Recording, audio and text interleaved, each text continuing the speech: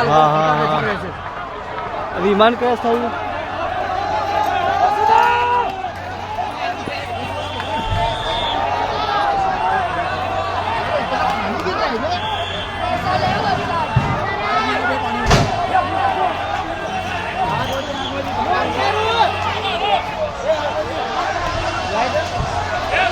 એ આગ વધતી જાય છે લ્યા.